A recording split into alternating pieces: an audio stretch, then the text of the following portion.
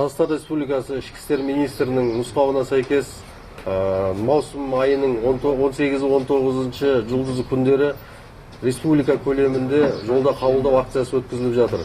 Осыған орай Шымкент қаласының аумағында екі жер белгіленіп, жолда қабылдау акциясы өткізіліп жатыр. Шымкент қаласы Достық мөлтек ауданында және Шымкент қаласы Арғымақ базарының, автокөлік базарының аумағында.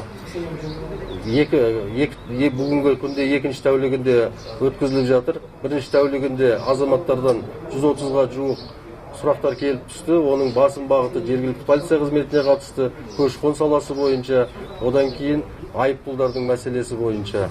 Барлық азаматтарға тиянақты жауаптары берілді.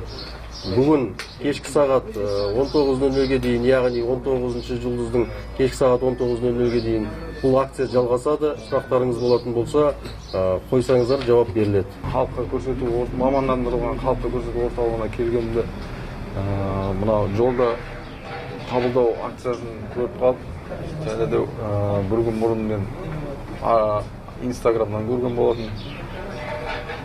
Осындай акциялар көп жиі болған қалаймыз.